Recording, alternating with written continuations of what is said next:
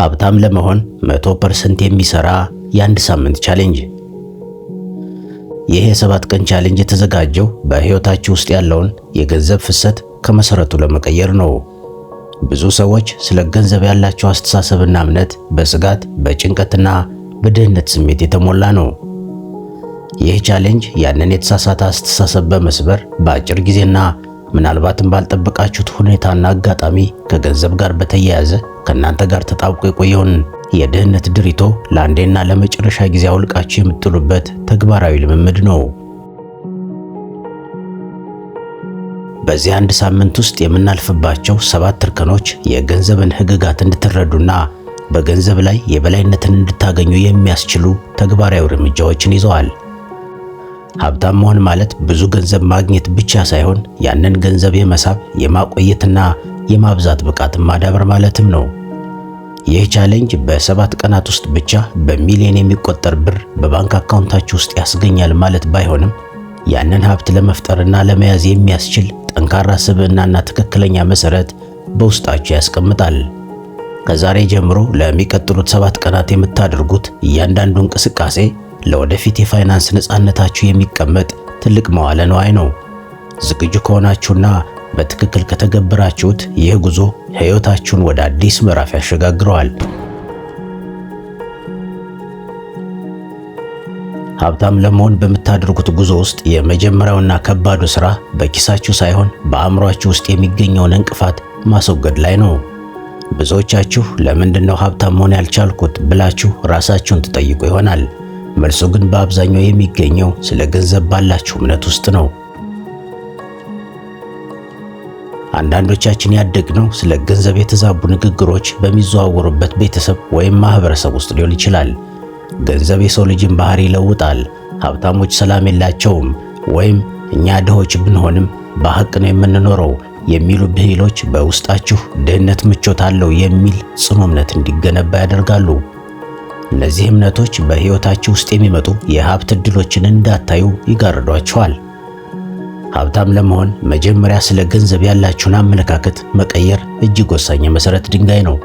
ገንዘብ መልካም ሥራዎችን ለመስራት፣ ቤተሰብን ለመርዳት፣ ራስን ለማሻሻልና ለዓለም ትርጉም ያለው አስተዋጽኦ ለማድረግ የሚረዳ ታላቅ መሳሪያ መሆኑን አምናችሁ መቀበል አለባችሁ።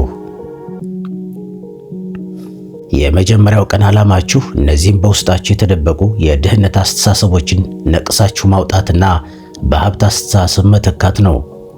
ገንዘብ ወደሚፈልገውና ወደሚያከብረው ሰው ነው የሚመጣው። እናንተ ለሀብት ያላችሁ እይታ በአዎንታዊነት ሲሞላ አእምሯችሁ አዳዲስ ዕድሎችን ማመንጨትና በራስ መተማመን እርምጃዎችን መውሰድ ይጀምራል።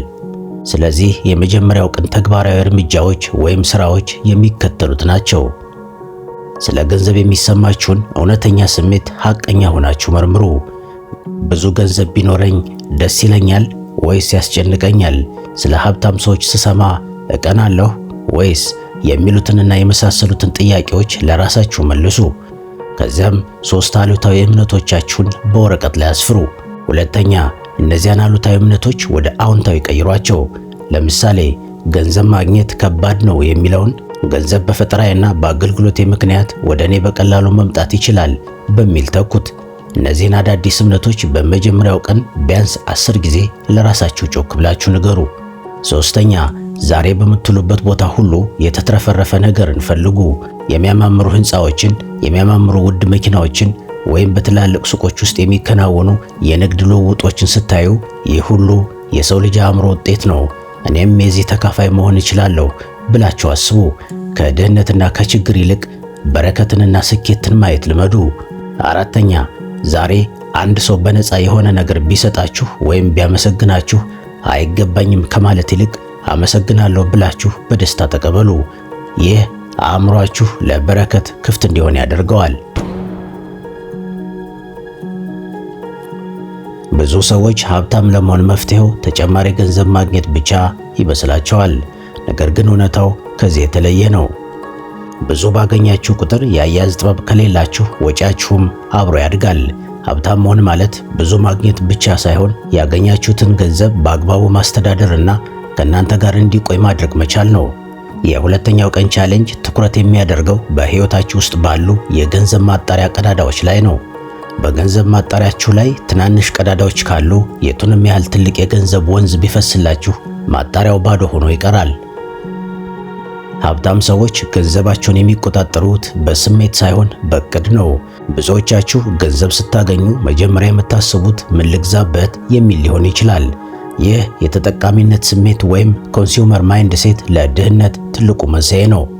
ሀብታም የሚሆን ሰው ገንዘብ ሲያገኝ መጀመሪያ የሚያስበው ይህንን ገንዘብ እንዴት ላሳድገው የሚለውን ነው። ዛሬ የምታባክኗት እያንዳንዷ ሳንቲም ወደፊት ለሚገነባው የሀብት ህንፃ የምትሆን አንዲት ጡብ መሆኗን መረዳት አለባችሁ። ጡቡን በየቀኑ የምትወረውሩት ከሆነ ህንፃው መቼም ሊቆም አይችልም። አስተዳደር ማለት ራስን መግዛት ማለት ነው። የገንዘብ ነፃነት የሚጀምረው ከገንዘብ ባርነት ነፃ በመውጣት ነው። ዛሬ በገንዘባችሁ ላይ የበላይነት ካልወሰዳችሁ ነገ ገንዘብ በእናንተ ላይ የበላይነትን ይወስዳል። የዛሬው ቻሌንጅ ዓላማ ገንዘባችሁ ወዴት እንደሚሄድ በንቃት እንድትከታተሉና አላስፈላጊ የሆኑ የብክነት በሮችን በጥብቅ ዲሲፕሊን እንድትዘጉ ማድረግ ነው። ስለዚህ የሁለተኛው ቀን ተግባራዊ እርምጃዎች የሚከተሉት ናቸው። አንደኛ፣ ዛሬ የምታወጧትን እያንዳንዷን ሳንቲም ከትንሿ የትራንስፖርት ወይም የሻይ ወጪ ጀምሮ በዝርዝር መዝግቡ። ይህንን ስታደርጉ ገንዘባችሁ ያለምንም ጥቅም የት እንደሚፈስ በግልጽ ማየት ትጀምራላችሁ። አብዛኛውን ጊዜ ሰዎች ድሃ የሚያደርጓቸው ትላልቅ ወጪዎች ሳይሆኑ ሳይታወቁ የሚወጡ ትናንሽና ተደጋጋሚ ወጪዎች ናቸው። ሁለተኛ፣ ዛሬ አንድ ነገር ለመግዛት ስትመኙ በተለይ አስፈላጊ ያልሆነ ፍላጎት ከሆነ ወዲያውኑ አትግዙት። ቢያንስ ለ72 ሰዓታት ወይም ለ3 ቀናት ታገሱ። ከ3 ቀን በኋላ ያ ስሜታችሁ ከቀዘቀዘ ግዢው አላስፈላጊ መሆኑን ትረዳላችሁ። ይህ ስሜታዊ ግዥን ወይም ኢምፐልስ ባይንግ ለመከላከል የሚረዳ ትልቅ መሳሪያ ነው።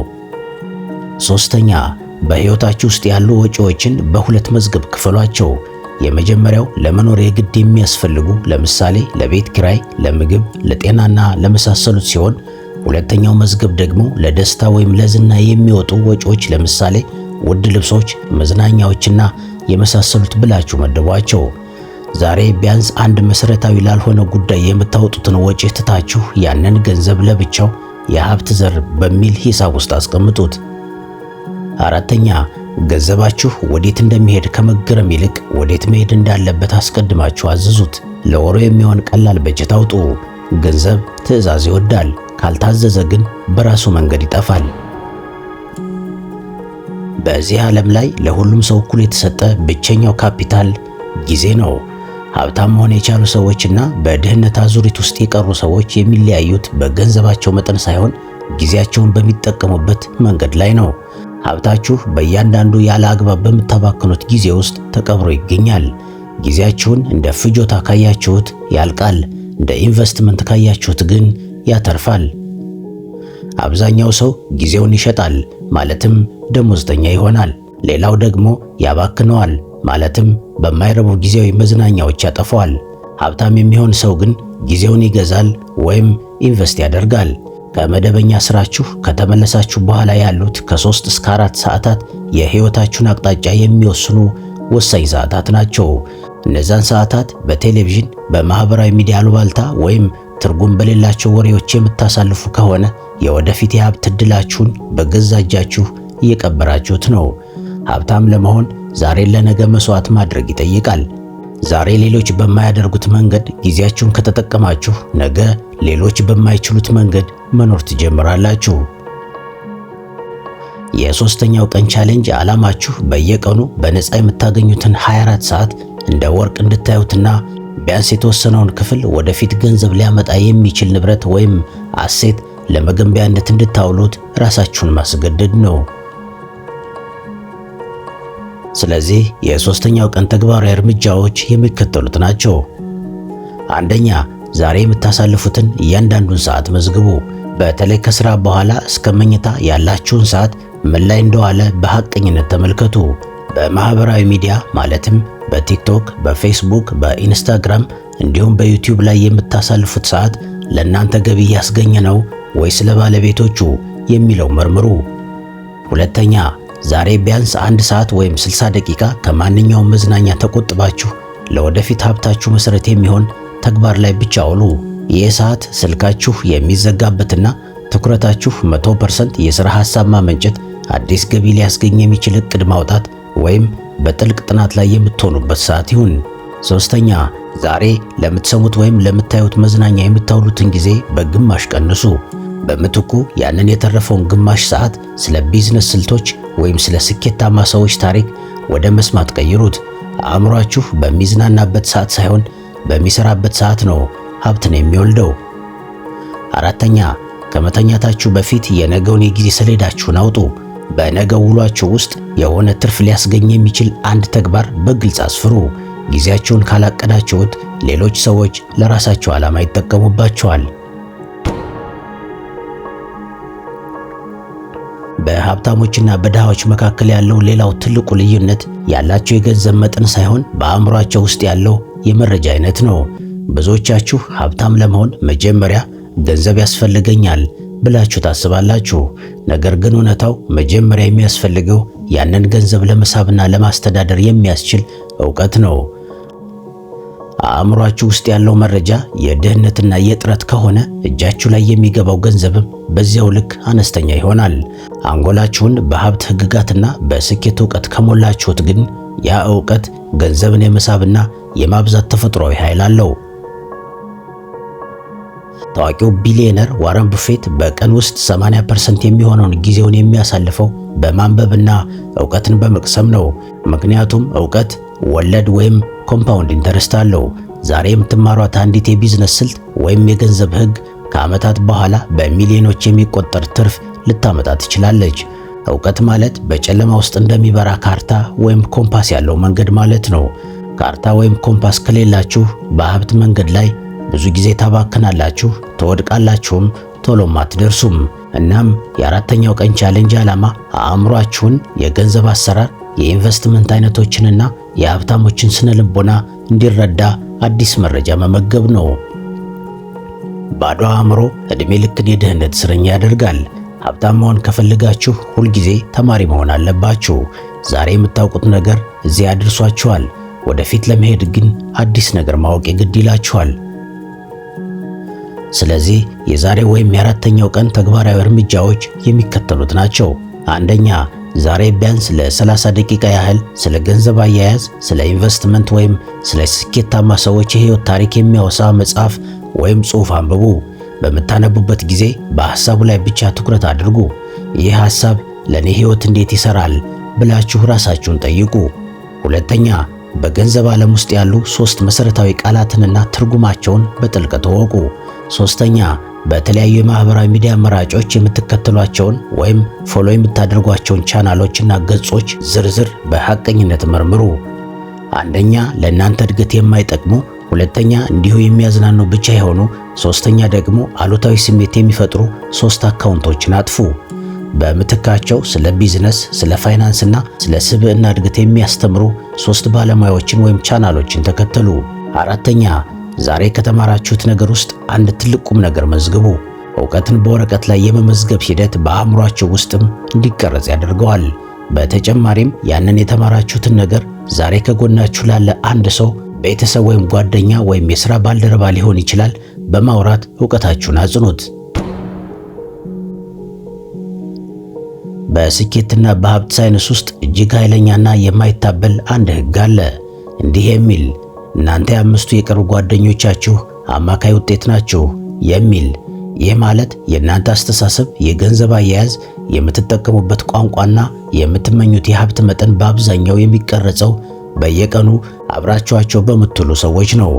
በዙሪያችሁ ያሉ ሰዎች ሁልጊዜ ስለ ድህነት፣ ስለ ኑሮ ውድነት፣ ስለ አማራጭ ማጣትና ስለ ሌሎች ሰዎች ውድቀት ብቻ የሚያወሩ ከሆነ የእናንተ አእምሮ ዓለምን በዚያው የጠበበ መነጽር ማየት ይጀምራል። ሳታውቁት የእነሱን የድህነት ንዝረት ወደ ሕይወታችሁ ታጋቡታላችሁ። ሀብታም መሆን ማለት የገንዘብ ብቻ ሳይሆን የከፍተኛ ንዝረት ወይም ቫይብሬሽንና የግንኙነት ወይም የኔትወርክ ውጤት ነው። ኔትወርካችሁ የሀብታችሁ መጠን ነው። ዮር ኔትወርክ ኢዝ ዮር ኔት ወርዝ እንደሚባለው ማለት ነው። ለሀብት ያላችሁን እይታ ከፍ ሊያደርጉላችሁ ከሚችሉ ሰዎች ጋር መተሳሰር ትልቁ ኢንቨስትመንት ነው። ሌላም የተለመደ ግን ደግሞ ትልቅ ሀቅ የያዘ አንድ አባባል ልጨምርላችሁ። እንዲህ ይላል፣ ድሆችና ተራ ሰዎች ስለ ሰዎች ያወራሉ፣ መካከለኛ ሰዎች ስለ ድርጊቶች ያወራሉ። ሀብታም ሰዎች ግን ስለ ሐሳብ፣ ስለ ዕድልና ስለ ስትራቴጂ ያወራሉ ይላል። እናም የዛሬው ወይም የአምስተኛው ቀን ቻሌንጅ ዓላማ የማህበራዊ መረባችሁን ለሀብት በሚመጥን መልኩ እንድትገመግሙና ከፍ ያለ እይታ ካላቸው ሰዎች ጋር እንድትቀራረቡ ማድረግ መቻል ነው። ጓደኝነት ምርጫ እንጂ ዕጣ ፈንታ አይደለም።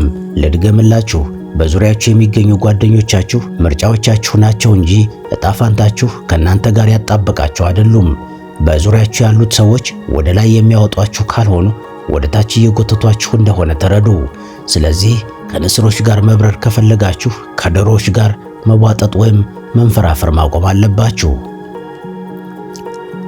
እናም የዛሬው ወይም የአምስተኛው ቀን ተግባራዊ እርምጃዎች የሚከተሉት ናቸው።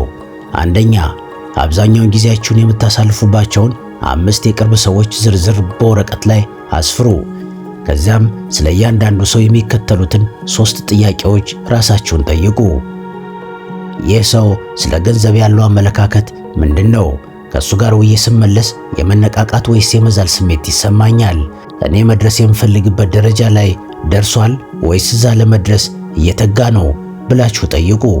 የጥያቄዎች መልስ አሉታዊ ከሆነ ከነዚህ ሰዎች ጋር የምታሳልፉትን ሰዓት በአስቸኳይ መቀነስ አለባችሁ። ሁለተኛ፣ ዛሬ ከናንተ በተሻለ የገንዘብ አያያዝ፣ የሥራ ስኬት ወይም የህይወት እይታ ላይ ያለን አንድ ሰው ፈልጉና አግኙ። የግድ በአካል መሆን የለበትም፣ በስልክም ሊሆን ይችላል። ዓላማችሁ የገንዘብ እርዳታ መጠየቅ ሳይሆን ስለ ስኬቱ ሚስጥር ወይም ስለሚያነባቸው መጽሐፍት ወይም ሌላ መሰል ገንቢ ሐሳብ መጠየቅና የእሱን ያስተሳሰብ ሞገድ መጋራት ነው። ሶስተኛ፣ ዛሬ ምንም አይነት አማራጭ እንደሌለ፣ አገሪቱ እንደማትመች ወይም ሥራ እንደማይገኝ ከሚያወሩ ሰዎች ጋር የሚደረግን ማንኛውም ወሬ ራቁ። ንግግራችሁን 100% ስለ መፍትሄና ስለ እድገት ብቻ አድርጉ። አራተኛ፣ በአካል ማግኘት የማትችሏቸውን ትላልቅ ሀብታሞች ዛሬ በቪዲዮ ወይም በጽሑፍ ተከታተሏቸው። የሚጠቀሟቸውን ቃላት፣ ለንግግሮች የሚሰጡትን ምላሽና ያላቸውን በራስ መተማመን አጥኑ። ራሳችሁን በእነሱ አስተሳሰብ ውስጥ ለማስገባት ሞክሩ።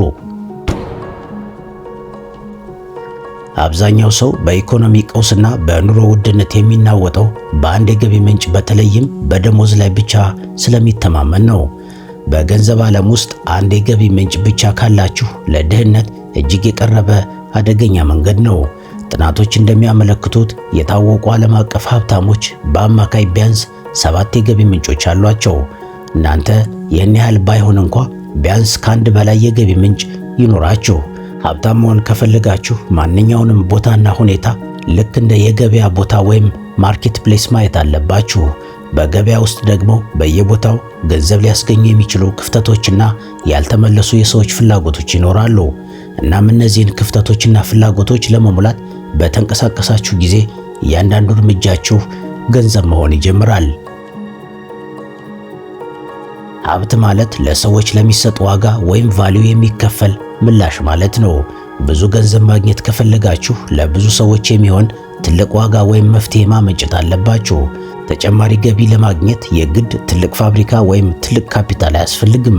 የሚያስፈልገው አሁን ያላችሁን ክህሎት፣ ዕውቀት ወይም ንብረት ወደ ገንዘብ የሚቀይር የፈጠራ እይታ ነው። አእምሯችሁ አንዴ ዕድሎችን ማደን ከለመደ በሄዳችሁበት ሁሉ ገንዘብ የሚገኝባቸውን መንገዶች ማየት ትጀምራላችሁ። በዚህ በስድስተኛው ቀን ቻሌንጅ ዓላማችሁ አእምሯችሁ ካለበትና ከለመደው የአንድ መስመር አስተሳሰብ ወጥቶ አዲስ የሀብት ቧንቧዎችን እንዲቀድ ማነቃቃት ነው። አሁን ያላችሁን ትርፍ ሰዓትና ዕውቀት ተጠቅማችሁ ተጨማሪ 100 ብር እንኳን ማግኘት ከቻላችሁ ያንን 100 ብር ወደ 100 ሺህ ብር የመቀየር ስልቱን በእርግጠኝነት በአጭር ጊዜ ታገኙታላችሁ።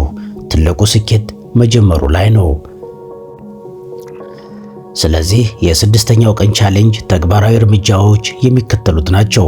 አንደኛ፣ ዛሬ ጸጥ ባለ ቦታ ላይ ተቀመጡና የግል ችሎታችሁን በሙሉ ዘርዝሩ። ለምሳሌ ቋንቋ መተርጎም፣ ግራፊክስ ዲዛይኒንግ፣ ማስተማር፣ መሸጥ፣ ሰዎችን ማገናኘት ወይም ድለላ፣ ወይም በትርፍ ሰዓት የሚሰራ የጉልበት ሥራ ወይም የመሳሰሉት ሊሆን ይችላል። ከነዚህ ውስጥ ቢያንስ አንዱን ተጠቅማችሁ እንዴት ተጨማሪ ገቢ ማግኘት እንደምትችሉ አስቡ። ሁለተኛ፣ በአካባቢያችሁ ወይም በሥራ ቦታችሁ ሰዎች ሁልጊዜ የሚያማርሩበትን አንድ ነገር ፈልጉ። ይህንን ችግር እኔ በምን መልኩ ብፈታው ሰዎች ይከፍሉኛል ብላችሁ ጠይቁ። ብዙ ጊዜ ሀብት የሚገኘው በችግሮች ጀርባ ተደብቆ ነው። ዛሬ ቢያንስ አንድ ተጨማሪ የገቢ ምንጭ ሊሆን የሚችል ተግባራዊ ሐሳብ በወረቀት ላይ አስፍሩ። ሶስተኛ፣ ያንን ያሰባችሁትን አዲስ የገቢ ምንጭ ለመጀመር ዛሬውኑ አዲስ ትንሽ እርምጃ ወሰዱ። ለምሳሌ ለአንድ ሰው ስለ አገልግሎታችሁ ንገሩ። በማህበራዊ ሚዲያ ማስታወቂያ መሰል ነገር ለጥፉ፣ ወይም ስለ ገበያው ሁኔታ ጥናት አድርጉ። ዛሬውኑ የመጀመሪያውን የሙከራ ዘርዝሩ። አራተኛ፣ የምታገኟት እያንዳንዷ ተጨማሪ ገቢ ለፍጆታ ማለትም ለልብስ ወይም ለምግብ እንዳትውል ለራሳችሁ ቃል ግቡ። ይህች አዲስ ገቢ የሀብት ማባዣ ካፒታላችሁ እንድትሆን ለብቻው አስቀምጧት። የመጨረሻው ቀን ትኩረት የሚያደርገው ባለፉት 6 ቀናት የቀሰማችኋቸውን ዕውቀቶችና የጀመራችኋቸውን ተግባራት ወደ ዘላቂ ማንነት መቀየር ላይ ነው። ሀብታም መሆን የአንድ ሳምንት ሩጫ ሳይሆን የህይወት ዘመን ጉዞና የባህሪ ውጤት ነው። በዚህ በሰባተኛው ቀን ራሳችሁን እንደ ተቀጣሪ ወይም ደሞዝተኛ ብቻ ማየታችሁን አቁማችሁ ራሳችሁን እንደ የሀብት ባለቤት፣ እንደ ኢንቨስተር እና የገንዘብ ጌታ አድርጋችሁ ማጽናት አለባችሁ። የባለቤትነት መንፈስ ወይም ኦነርሺፕ ማይንድሴት ማለት ለኢኮኖሚያዊ ሁኔታችሁ ሌላን አካል ከመውቀስ ወጥታችሁ ለውጤታችሁ ሙሉ ኃላፊነት መውሰድ ማለት ነው። ብዙዎቻችሁ ስኬትን የምትጠብቁት ነገሮች ሲመቻቹ ነው። ነገር ግን ሀብታም የሚሆን ሰው ሁኔታዎች እስኪመቻቹ አይጠብቅም። ይልቁንም ሁኔታዎችን በራሱ ፍላጎትና ዕቅድ ልክ የመቅረጽ የባለቤትነት ኃይል አለው። ዛሬ የምታደርጓቸው ውሳኔዎች የነገውን የሀብት መጠናችሁን ይወስናሉ። ይህ ሰባተኛ ቀን የቻሌንጁ ማብቂያ ሳይሆን የእውነተኛው የሀብት ሕይወታችሁ መጀመሪያ መሆኑን የምታረጋግጡበት ነው። አሁን ያላችሁን አነስተኛ ሀብት በአግባቡ የመያዝ ባለቤትነት ካሳያችሁ ዓለም ትልቅ ሀብትን እንድታስተዳድሩ ትጋብዛችኋለች። ሀብት የሚጸናው በምስጋና በስርዓትና በታላቅ ዓላማ ውስጥ ነው። ዛሬ የጀመራችሁትን የዲሲፕሊን መንገድ የሕይወታችሁ አካል ካደረጋችሁት ድህነት በሕይወታችሁ ውስጥ ቦታ አይኖረውም። ስለዚህ የዛሬው ወይም የሰባተኛው ቀን ተግባራዊ እርምጃዎች የሚከተሉት ናቸው። አንደኛ፣ ባለፉት 6 ቀናት ያከናወናችኋቸውን ተግባራት መለስ ብላችሁ መርምሩ። የትኛው ቀን በውስጣችሁ ትልቅ ለውጥ አመጣ? በየትኛው ተግባር ነው ወደፊትም መቀጠል ያለባችሁ የሚለውን ለዩ። ስኬቶቻችሁን እወቁ። ባልሰራችሁባቸው ነጥቦች ላይ ደግሞ ዛሬ ራሳችሁን አርሙ። ሁለተኛ፣ ዛሬ ጸጥ ባለ ቦታ ሆናችሁ በቀጣዮቹ 6 ወራት ውስጥ ልትደርሱበት የምትፈልጉትን ግልጽ የገንዘብ ግብ አስፍሩ። ግቡ የሚለካና ግልጽ ይሁን። ለምሳሌ በ6 ወር ውስጥ 3 አዳዲስ የገቢ ምንጮችን እፈጥራለሁ ወይም የቁጠባ መጠኔን በ30% እጨምራለሁ የሚል አይነት ይሁን። ይህን ግብ በየቀኑ የምታዩት ቦታ ላይ አስቀምጡት። ሶስተኛ፣ ሀብታም አእምሮ የመስጠት አቅም አለው። ዛሬ ካላችሁ ገንዘብ ላይ ለአንድ እርዳታ ለሚፈልግ ሰው ወይም ለበጎ አድራጎት በደስታና በፍቅር መጠኑ ምንም ያህል ይሁን የአቅማችሁን ስጡ። ይህ ተግባር ለአእምሯችሁ እኔ ዘንድ ትርፍ አለ፣ የምሰጠው በቂ ነገር አለኝ የሚል እጅግ ኃይለኛ የሀብት መልእክት ያስተላልፋል። መስጠት የበረከት በር መክፈቻ ቁልፍም ጭምር ነው። አራተኛ፣ ዛሬ በጀመራችሁት የእውቀት የቁጠባና የፈጠራ መንገድ ላይ ላለመቆም ለራሳችሁ ቃል ግቡ። ይህንን የ7 ቀን ቻሌንጅ በየወሩ አንድ ጊዜ በመድገም የሀብት ጡንቻችሁን አጠንክሩ። እስካሁን አብራችሁኝ ከነበራችሁ ትዕግስታችሁ እና ነገሮችን የማወቅ ጉጉታችሁ በእርግጥም ሕይወታችሁን ለመቀየር ቁርጠኞች ለመሆናችሁ 100% ማረጋገጫ ነው። እናም ነገ የተሻለ ማንነትና የገንዘብ ነፃነት እንደሚኖራችሁ በሚገባ ያሳያል። ለሰጣችሁኝ ጊዜ ከልብ አመሰግናለሁ። በሌላ ጊዜ በሌላ ሐሳብ እስካገኛችሁ መልካሙ ሁሉ ከእናንተ ጋር ይሁን።